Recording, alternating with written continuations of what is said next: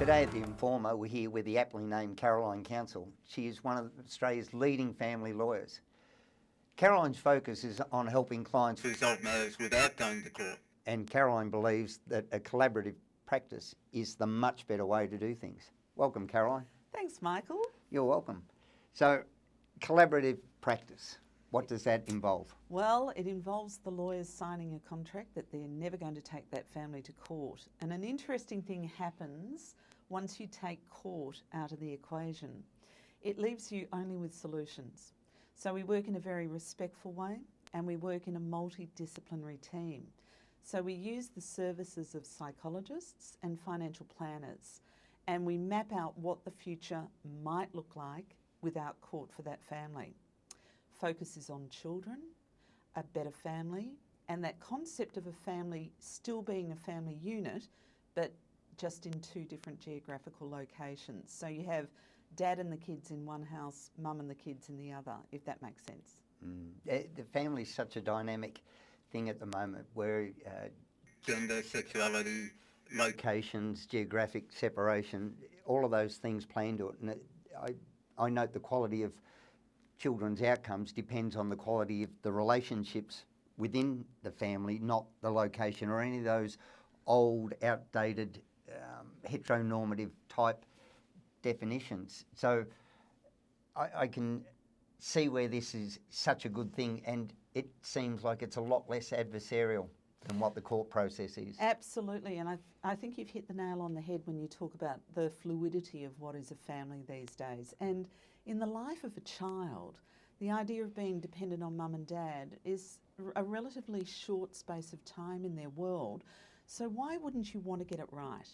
Why wouldn't you get one stab at getting it right for your family post-separation? So why wouldn't you throw all your energies into trying to achieve a peaceful and better outcome for family as a whole, rather than me as an individual within the family? That the idea of court really is a sort of past-focused journey. It's a focus, if you will, on where the river went wrong. I like to think of families as a river. We all start out as our separate streams, crystal clear in the mountains. We coalesce into this thing called the river, the family. And then we hit a bloated dead cow at the corner of the river. And that's really when things go south. That's when we have the separation. And the fixation of the court is really on the bloated dead cow. Not necessarily the fact that this family will inexorably get past the dead cow and it will move on. It will go to the sea. It has a life beyond the drama of separation. It has a life beyond the drama of the court. It has a life beyond the upsets, the anger, the feelings of revenge or hatred. So I believe that we need to remind families where you've come from and where you're trying to get to, and to help them get past that stuck point post-separation. A lot of the language around it is pretty emotive and evocative and pejorative, failed marriages, things like that. And it invokes the feeling of I've let my children down, rather than an opportunity to maybe set a great example for your children, because the chances of relationships going are greater than what they are of surviving. And I think second marriages have an even higher failure rate. That's right. So, and look, you're speaking the wisdom of the ages.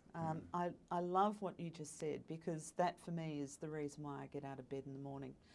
I think it's really important to honour the concept of family and not get stuck in that negative narrative. And we're all guilty of it. And we burden that. We put that burden upon ourselves. We walk around with, this is, as you said, a failed marriage. Whereas if you reinvent that, and if you look at it from the children's perspective, what makes children most anxious, most sad, most upset, most reluctant to go to the other parent, most likely to fall in with the power play of the more powerful parent, is that whole worry about the fact that mum and dad, or mum and mum, dad and dad, don't love each other anymore. And in fact, they don't like each other anymore. So I'm on guard. I'm on high alert here. I'm looking for the signs where this relationship's gone south, I feel the burden of having to make mum happy or dad happy. Instead of creating a memory in the lives of children, I often say to my clients, what memory do you want your children to have as you, the family law client, of your separation? What memory do you want them to have of the first separated Christmas? Do you want them to not notice any difference?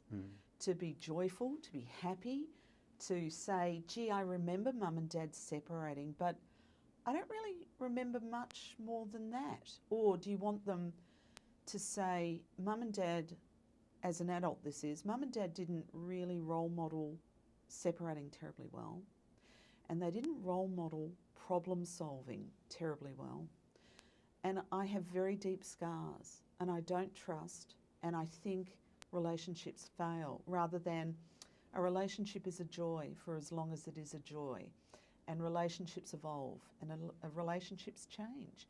So parents often in their pain or their desire for revenge don't realise they're the manufacturers of memories for their children, and the responsibility is jointly on them both to come up with better outcomes for their kids. So I want to congratulate you, Michael, for understanding that wisdom of the ages. It's very potent, it's very powerful. Thanks, Caroline. The court takes into consideration the children's wishes. I myself personally think that it's just such an undue pressure to put on kids. I've seen many kids that feel conflicted or even guilt about liking one parent over the other and not wanting to say anything and being forced to fall into the narrative while around the parent, supporting this parent, that this parent is bad and this parent is good. And I worry that when the court takes into consideration the children's wishes, that it's putting a terrible weight onto those children's shoulders. Look, I think this is where it's really important that we have experts and not lawyers, even though a child's wishes can be ascertained by an independent children's lawyer. Most of those people that perform that role don't interview children anymore. They really rely on the experts to interview the children.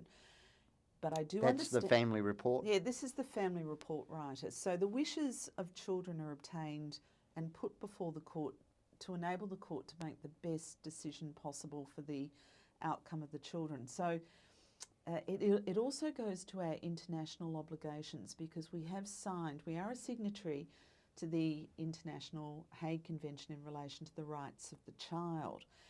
And that tells us as Australians that really, if there is a court decision being made that's relevant to the life of a child, the child has the right to be heard.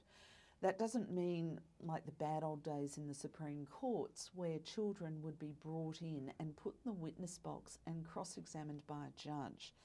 And I have a friend who is not a family lawyer, he's a barrister, does not practice family law, because that happened to him as an 8-year-old. And he really bears the scars of that interrogation. So it's a balancing act. We want to hear from the children, but we don't want them to feel as though they're being put upon. We don't want them to feel, I have to choose, I'm compelled. And in my work as an independent children's lawyer, I would often see children disconnect and disassociate from the process, and they might do that physically. So you would see them being interviewed by the family report writer and they would cross their arms, or if they had a baseball cap, they'd pull the cap down as low as possible. Or I had, in a very sad case, a young teenage girl literally lose the ability to walk. It was psychosomatic, but she could not walk because the walk meant I have to walk between my parents. And I can't choose between my parents. I love both of them. And more importantly, children want to be loved by both parents. They need both parents in their lives. So I agree with you, but I wonder how better can we do this? And I think it's that ongoing exploration of how can we do things better. Just because something has always been done a certain way, that doesn't mean we have to be slaves to it. Can we find a better way? So when we do a collaborative divorce, we might have, for example, a child development expert or a psychologist literally work with the children, but in a way that they have that person as a sounding board. They don't even know that they're being queried or questioned or even interrogated about the outcome that mum and dad are trying to forge.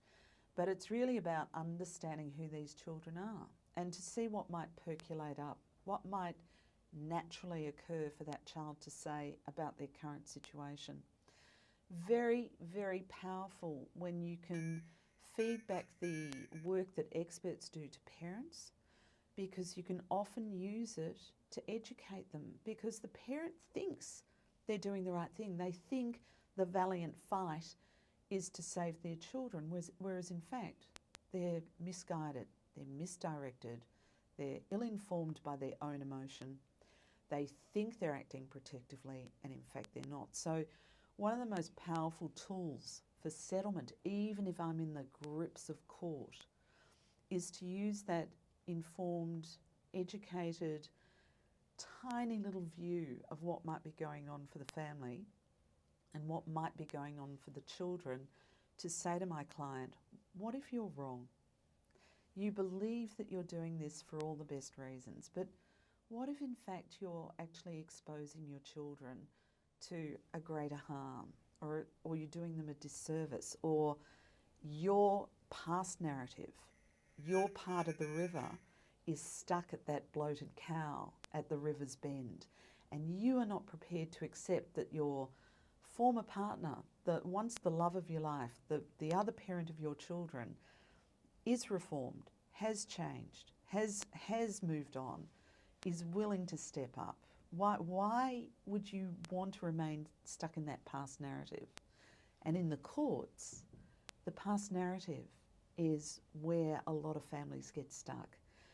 I understand there's that whole concept of past behaviour is the best indicator of future behaviour, but come on, can't we do something better for this family? Yeah. There's a perception that the family court is biased against men, and I've been through the process and I didn't find it. So what I try and explain to the men that I speak to on a regular basis is what comes into the court is what leaves the court. So if you turned up with the outdated or former breadwinner carer division, primary, secondary care, or whatever we like to label it, that's probably what's going to leave. So your opportunity to get a better outcome in the court happens before the court. So that's your chance to talk with your boss about flexible working. That's your chance to talk with your wife about doing the school runs and the drop-offs and all the rest of it, because the court wants the status quo and the continuation of as normal a life to continue for the child, to continue out of it. So with as little as 5% of men taking shared parental leave and then suddenly turning up at court and then going, well, I now want 50%, we want halves, I can do it. Well, you should have done it before you were forced to do it, or begging to do it would be my...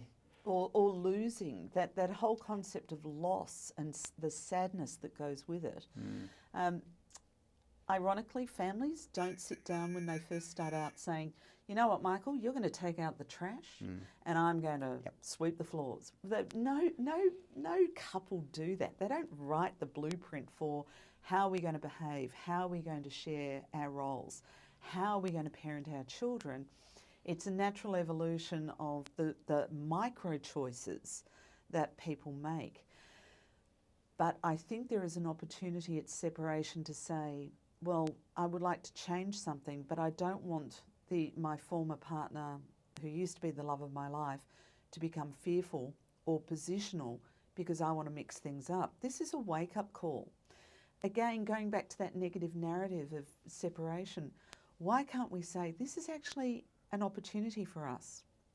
This is an opportunity for us to redefine our family, to redefine the roles in our family, to work out what might work better for our kids. A lot of parents get busy living, for heaven's sakes. I mean, you think about the myriad of stuff that gets done in an average parent's day, regardless of gender. There's so much that has to happen. And that whole idea of, I want to do it all myself and no, you can't do it better than me and therefore I'm going to exclude you.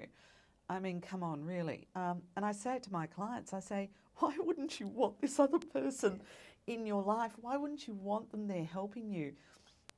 Who says it has to be alternate weeks or week about or alternate weekends only, or, you know, you get 4 days and I get 3 days? Where is that written? So we've got to remember that what informs clients from a legal perspective are the cases that have preceded them. And we've got to remember, who are those cases? Who goes all the way to a final hearing before a judge? How do those precedents get created?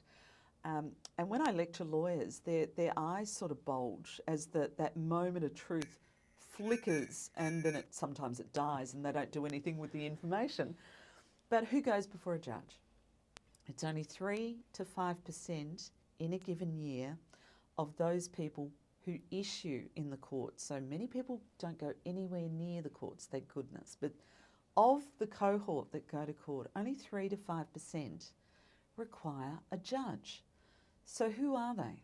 They're the ones we hear about, though. That's what sets this bad expectation. Exactly. So then people get stuck in the narrative of the worst families. Why would you do that? Why would you buy in to what I call, and I have heard another judge in the family court, and I thought I'd coined the expression, who goes to a final hearing? The mad, bad, sad. Or the imponderable, the really complex cases, the difficult cases that require that nuance. And there's another phenomenon that I say to my clients. Why would you let a complete stranger make decisions about your family for you? Why would you pass your power over to somebody who doesn't know you and doesn't know your children? And at the end of the day, and as I also say this to my clients, I go home happy to my family. You have to live with whatever decisions a complete stranger makes on your behalf. And here's an irony, Michael. Within 2 years of a judge making a final decision around parenting, that couple usually come to their own conclusions about what should happen. But we've picked up the tools of war and we've gone into battle against each other. And when a judge pronounces judgment, what tools have we given to that couple to navigate their post-separation parenting landscape? Really bad ones, in my opinion. That's what always amazes me. You have to go into, before you go into court, you have to have attempted mediation, and there's 601, but there's no preparation for that mediation.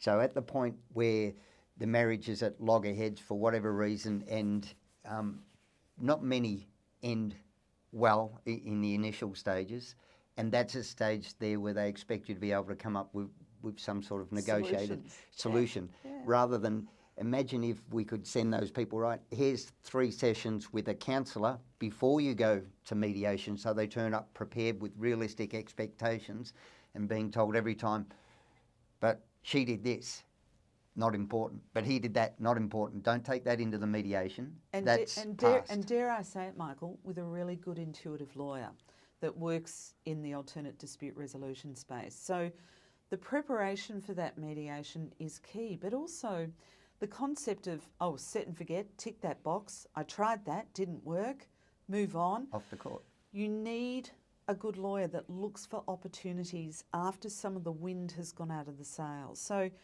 and let's face it, the life of a family law matter in court doesn't span months, it now spans years.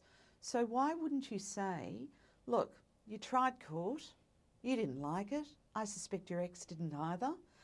You tried mediation before you went to court, but here's a thing. How about we work in a very collaborative way with somebody who can do a diversionary piece of work with you both that can reset your parenting relationship post-separation, that can give you some feedback about what might be happening for the children, that can inform you about what the children might be thinking or feeling. And why don't you trial something that's different? Oh, there's an idea. So what I'm doing, I'm looking for, and because I often get second opinion cases, I seize that opportunity as a new broom to try something different. So I'm working with one of Melbourne's leading psychologists that works very closely with families on a deliberate diversionary program.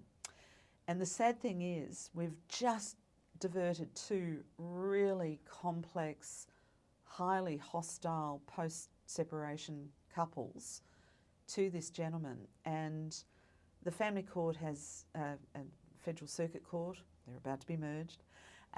The courts have decided to drag these families back before them to find out what's happening and what magic can we perform to make this family settle their matter.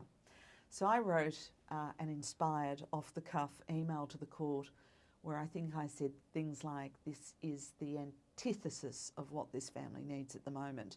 We are exploring a diversionary program that's designed to prevent court, and you're deciding to take us back to court. And just before I came on to speak to you, Michael, I got the good news from the court. No, in those circumstances, we need not trouble you further. Well In done. other words, you've got to trust the people that work at the coalface sometimes to be doing the right thing. Very hard for clients to know, am I in the right mix? Do I have the right support systems? Am I listening to the right narrative? Should I be listening to my friend that went through a disastrous divorce? Should I be listening to a member of my family who never liked my ex? I mean, reset, recalibrate, and rethink, what future do I want my children to have? These are the sliding door moments of our lives. Get it right. Choose the right door to go through. You mentioned the family court is about to be subsumed into the federal court that deals with everything from bankruptcies to migration. How is this a good outcome, or isn't it? I don't think it is. I think this is about politics, and I think it's about money. I think it's about the fact that no politician ever gets a vote when they get complaints from people about separation, breakdown of marriage. I think they believe that by making a cheaper court, a more accessible court available, that somehow it's okay, they'll create a specialist list. The sad thing, Michael, is that Australia was once the envy of the world. In England, one of my very good friends is petitioning and has presented to government there about the need for a standalone specialist family court. The irony being that she cited Australia as the gold example of what you can do when you have judges 24/7 focused on family outcomes.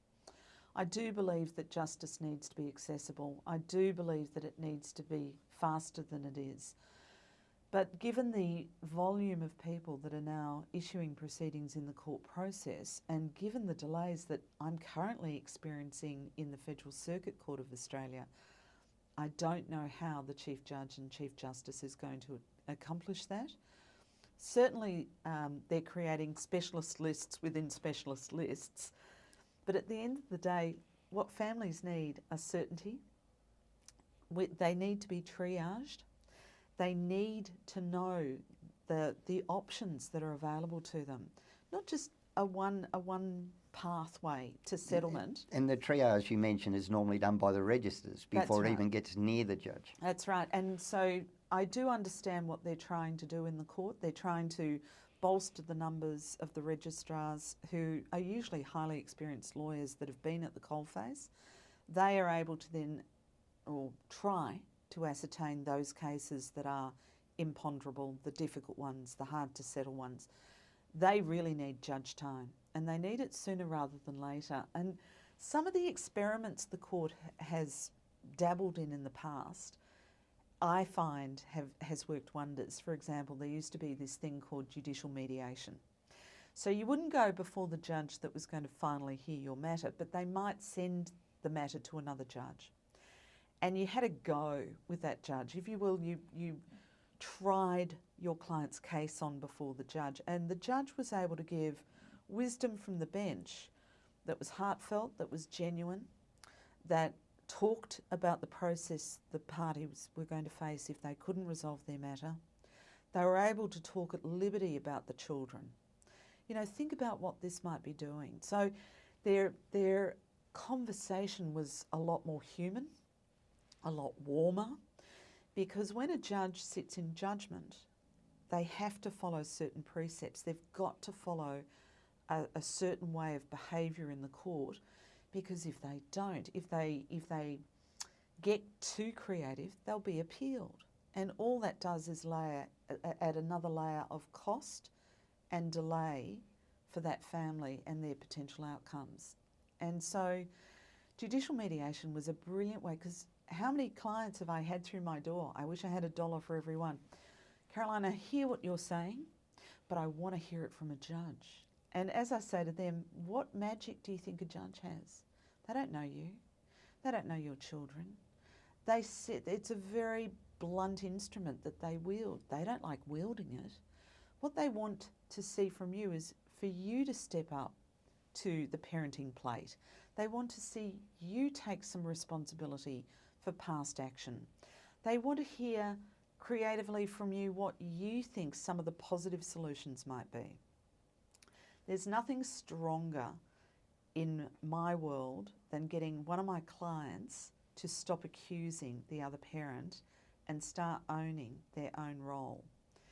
And sometimes that's the absentee parent, sometimes that's the person that let the other parent do everything. And that moment of truth when they say, yeah, I actually helped create this monster and I need to own that. And I say, bravo, because if you go in with that bit of rawness and that reality and that acceptance of your own responsibility without minimising what you have done, the judge is internally going to applaud you, because out of that mess of these two people fighting each other, what the judge wants is that glimmer of hope. What the judge wants is to hang on to, is somebody here going to focus on the kids and what the kids need? The court's such an adversarial place. It sets you up to go to the extremes and to answer every allegation or accusation with an even graver one from them. It becomes a lot of whataboutism, and it seems that values and morals become transactional. Well, I'm not going to behave in a way that is consistent with my values because he isn't or she isn't. So it just gets worse and worse. It's a reflection, though, of what's inherently bad in that relationship. Parents don't have to buy into it. They don't need to. Yep. And it's the parent that disengages and says, I'm really sorry that happened. I'm really sorry they feel that way about me, but I'm not going to indulge. That's the person that the judge is going to want to back. It doesn't mean that they get 1 hour more or 1 day more of time with the children, but the judge has every faith that that attitude is going to win over eventually. So for some families, you know what? They need a judge. They're not going to learn. Their journey is not going to be made better with all the counselling in the world. There's an old saying, you can take someone to counselling, but they're not going to learn anything about themselves or their current situation. They have to be ready for that message. There's also something that is a hallmark, if you will, of working with the family law clients we do, because they're in such pain and they are so lost that they need to hear things not once, not twice. They might need to hear it 4 times before it starts to resonate, or it has to get worse before they can even entertain the concept that it might get better. So when I was working as an independent children's lawyer, I had a couple for whom changeover, that horrible thing where the kids go from one parent to another, changeovers were fraught. They were awful. They were soul destroying. For the children, it was like being brought into the battlefield. They were literally the thin blue line between chaos and disharmony. And I brought them and they're, without being paid, it was all legal aid, and this wasn't part of my brief. My court appearances were, but working creatively with the family was not covered by legal aid. So I brought them in with their lawyers, separate rooms of course, and I said, what do you think this is like for your kids? Let's talk about what might be happening for them. It must be terrible. I said, funnily enough, that's what the other parent said. So what can we do differently?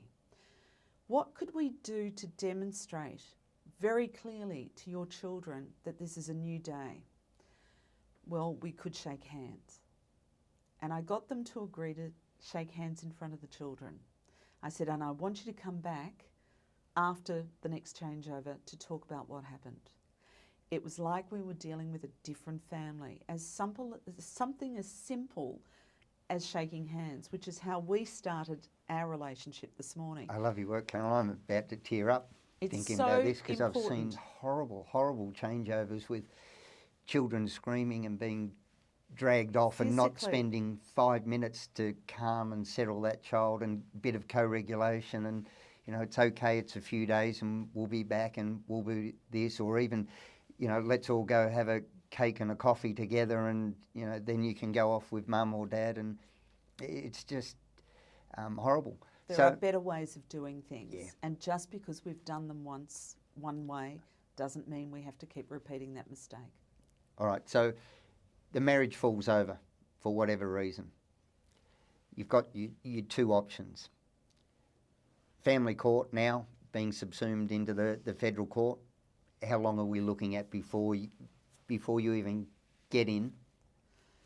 So it depends. If it's urgent, the court will entertain urgency, and this is the purpose of the specialist lists. So they've developed the Lighthouse list, and that's in relation to abuse of children.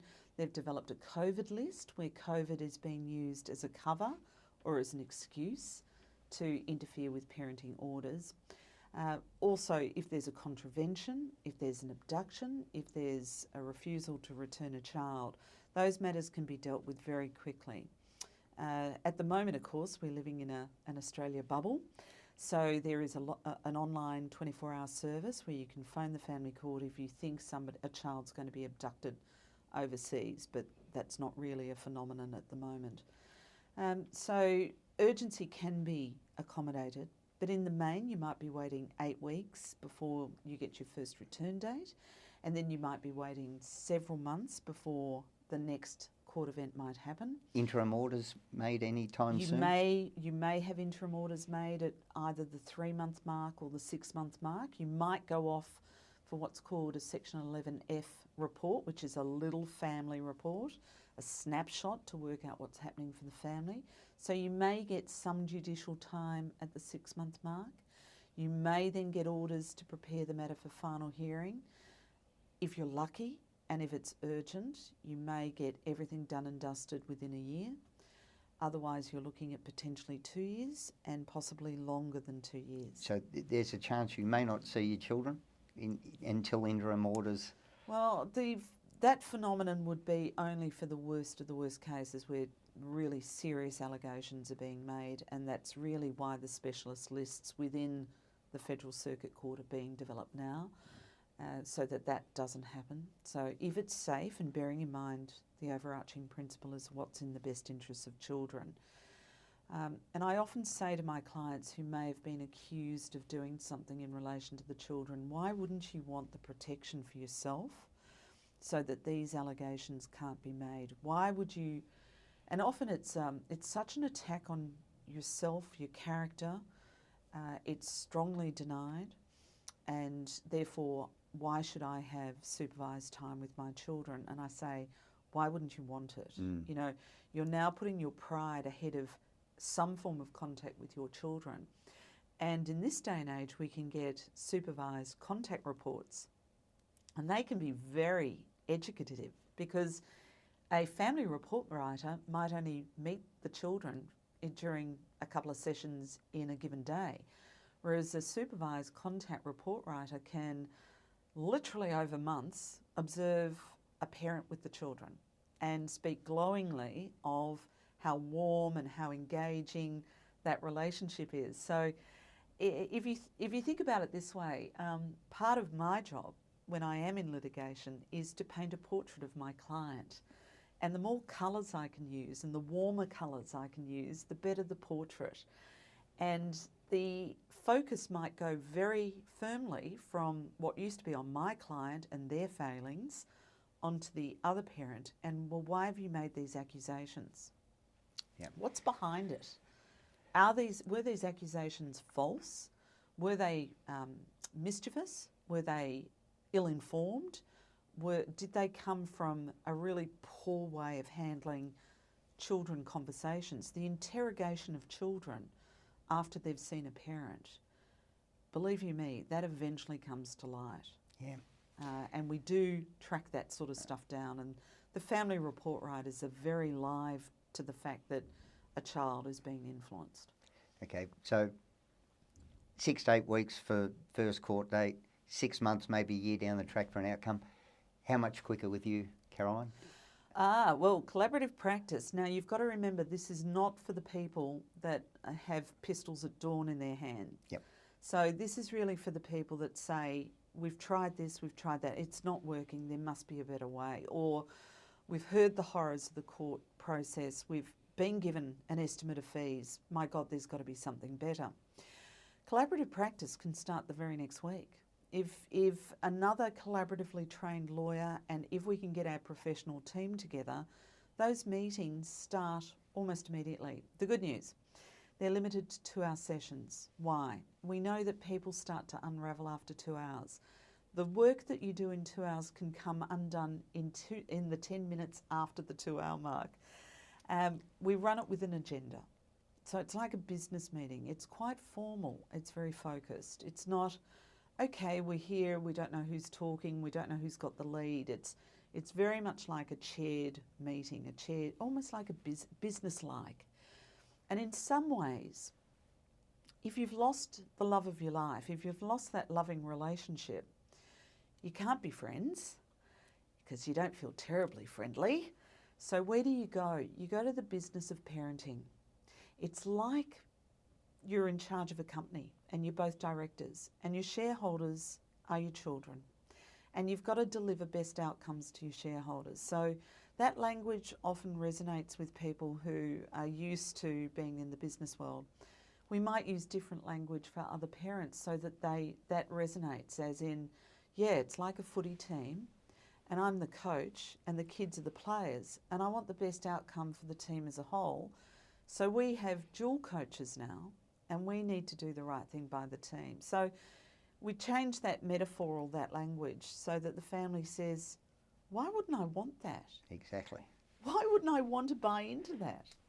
Karen, I absolutely love everything about what we've spoken about today after being through the horrific court process myself. Where can people find you? And I hear there's a book in the offing. Yeah, and funny we should be talking about court because it's entitled Divorce the Court. And it's in its final phases of being ready for sale. So it will be readily available. And otherwise, it's Caroline Counsel Family Lawyers. Okay. Caroline the aptly named Caroline Counsel today at the Informer with some great stuff. And, you know, the focus on children needs to be what happens. And the family law court is just, I can speak from experience, it is a horrific, soul-destroying place. But thanks for being here today, Caroline. Really enjoyed that. Very important conversation, Michael. Thank you.